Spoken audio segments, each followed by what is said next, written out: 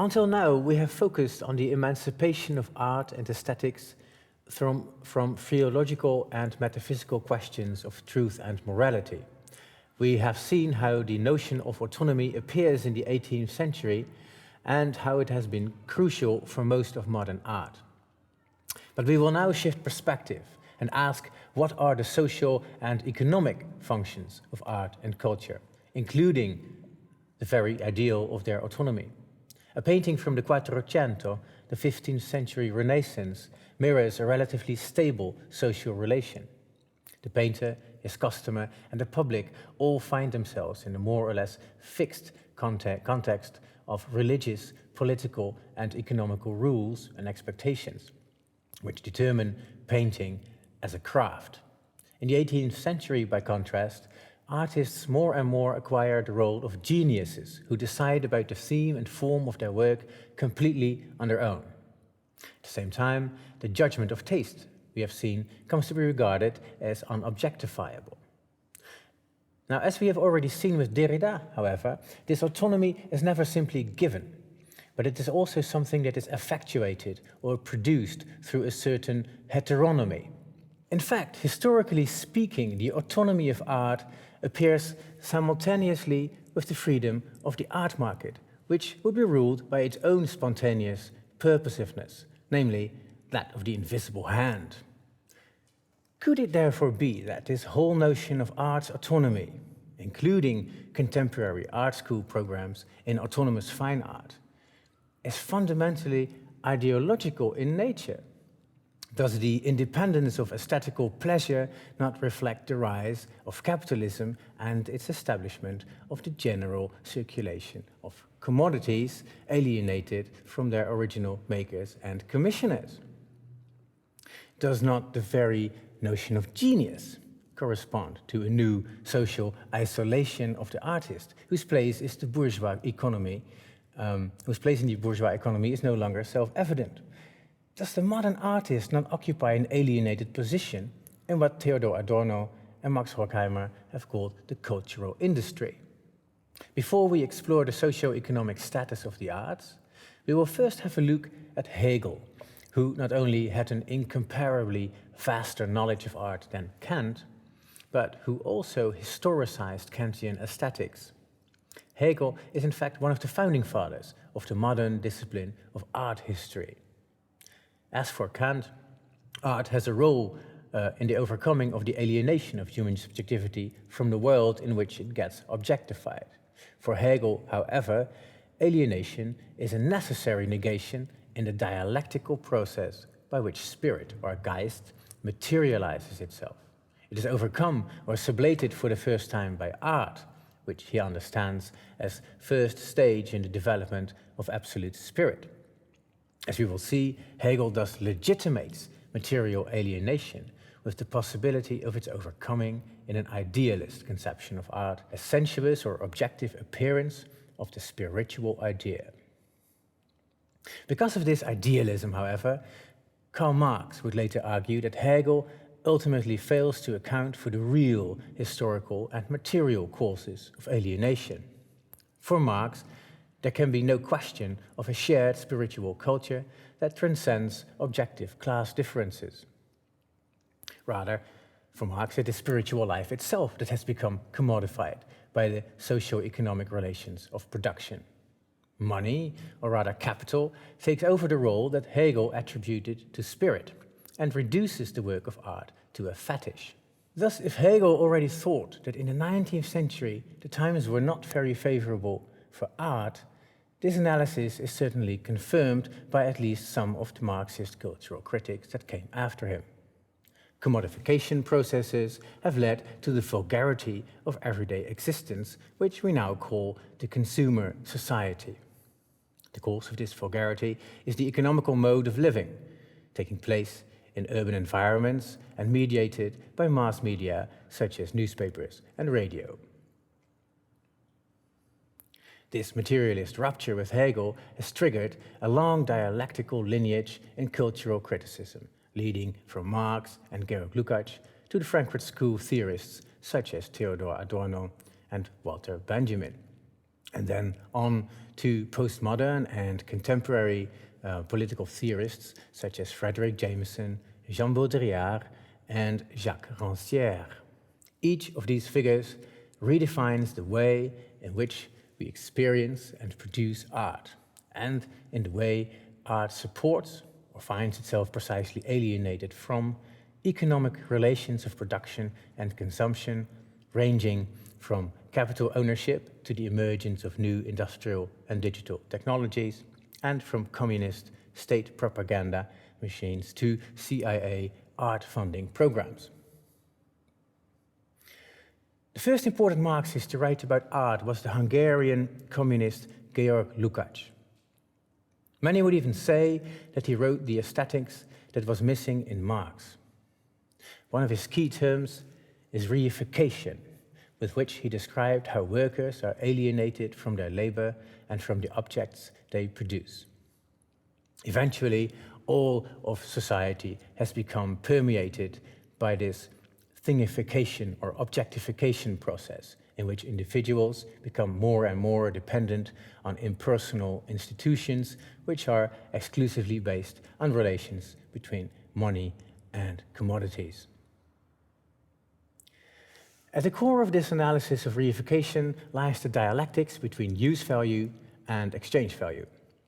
Capitalism remains parasitical on the original concrete reality of humans doing productive labor, but at the same time, it has to objectify this labor in the abstract terms of money, such that those who own the means of production can extract surplus value from it, which is then reinvested in new means of production to keep up with market competition, and so on. Ultimately, Marx thought that the necessity for even larger profit margins would inevitably lead to the immiseration, or what he called Verelendung, of the working class, which would then trigger revolution. Now, the problem with this account is, of course, that the revolution never really took place, at least not in the industrial societies that Marx describes. The Marxist cultural critics all agree that the reasons for this strange suspense in class struggle must be found at the level of mass consumption, which renders us docile and passive. For Lukács, reification leads to commodity fetishism and blinds us to our own economical circumstances. We no longer reflect on what we actually need or on how we want to actually live, because we are seduced and pacified by whatever we get offered. Similarly, in the Dialectic of Enlightenment, Adorno and Horkheimer see popular culture as a factory, producing standardized cultural goods and homogenized experiences of easy pleasure. Because of its cultural monopoly, the cultural industry is capable of producing false needs that can only be met and satisfied by the products of capitalism. So what then should be the task of art? When exchange value comes to dominate all social relations, then the artwork too begins to live its own reified life. It becomes venerated not for its artistic qualities, but for its worth in money and prestige. For Lukács, this happens, for example, in naturalist literature, in particular that of Émile Zola, who gives an extremely detailed and objective description of modern life as based on competition and its grave social injustices. For Lukács, naturalist literature was basically an uncritical and immediate expression of a fragmented, reified culture. And instead, he argued for a different kind of literature called realism. He finds this in the Comédie humaine of Honoré de Balzac, whose approach was more dialectical. The only authentic function of art in a culture of alienation, Lukács argues, is the mirroring of reified reality in its revolutionary or dialectical potential. Thus, for him too, art is a kind of mimesis. But as was the case with Aristotle, its aim goes beyond naturalism. By mirroring alienation, it not only communicates alienation as realistically as possible, but also offers a plot that explores the conditions that will eventually enable us to overcome capitalist exploitation. It teaches us the reality of injustice in which we live, and it gives us a meaning for orienting ourselves in this reality. Thus, Lukács was not interested in the avant-garde of his time, which, contrary to the objectivism of naturalism, he regarded as too subjective, and thus as decadent and unpolitical. It is of the utmost importance for him that art is positive rather than negative, and that it is simple and communicative and does not shock. To draw an analogy with visual art, we need socialist realism, not Russian constructivism. Thus, the mirrored content of realist literature may still be the social relations of alienation, but at the level of the narrative of the novel, or at the level of the form of the painting, this alienation must be critically overcome. As Hegel would have said, still in an Aristotelian vein, das Ganze ist das Wahre, only the whole is true. The contrary to this position can be found with avant-garde theorists of art, such as Walter Benjamin or Theodor Adorno. Closely allied to the German expressionist movement, they were perhaps the two best informed and certainly most influential philosophers of art in the 20th century. According to Lukács, expressionist art would be, we've already seen this, too abstract and too subjectivist. Contrary to realist literature and similar to naturalism in this respect alone, it does not commit to change in the objective world. By contrast, Adorno argues against Lukács that the possibility of overcoming alienation at the level of totality was an ideological trap, as it presupposes an authentic position of writing and reading that would not yet be contaminated by the alienation it criticizes. However, for Adorno, this was basically still an idealist notion, since in reality, our subjectivity is always already manipulated and polluted by popular culture. Adorno relies on, in his aesthetics theory, he relies on at least three important historical figures, and one of them is Hegel, the other one is Kant, and the last one is Marx. And what does he think of Hegel? Well, listen, if we simplify to the minimum, and I have the feeling we have to simplify to the minimum, but then it's still not correct, we can say like this. Adorno takes from Kant this idea of autonomy of art. Art is an autonomous happening. It has its own domain, and it is experienced from a certain autonomous perspective. And it takes from Hegel this idea that, well, artworks are related to culture, to society. They are implemented concretely at a certain time in a certain society. Hence, let's say, to simplify and say, they're related to content, form and content. Very basic, very almost stupid relationship between the two. But what Adorno does with it is saying, well, listen, Kant was not right to just say that these forms are so merely innocent and just are the correlate of some pleasure that I experience, the Wohlgefallen, the well-being, the well-feeling. And Hegel was also wrong thinking that the content of the work of art is merely a realization of the zeitgeist, of the spirit of the time. He says that Adorno is a thinker of let's say, discontinuities. And he would say that basically the form of art is indeed autonomous, but what it does is expressing precisely that which is felt as violent, that which is felt as discontinuous in a certain culture. Can you give an example? Yes, you could give an example, for instance, to make it more concrete. For instance, put it like this. You don't need a political writer. You don't need a political writer to have aesthetics as politics. For instance, Kafka or Beckett, they're not political writers. You should all read them. They're basic modernist writers. There is no word in their work about politics in the vulgar sense of the word. Like which party do you support and are you left or right?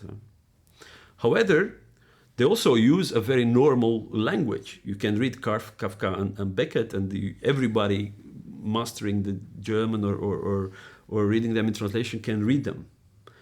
So they're very normal in their continuity. However, they are not about, they don't communicate an empty content there. They don't communicate clear content.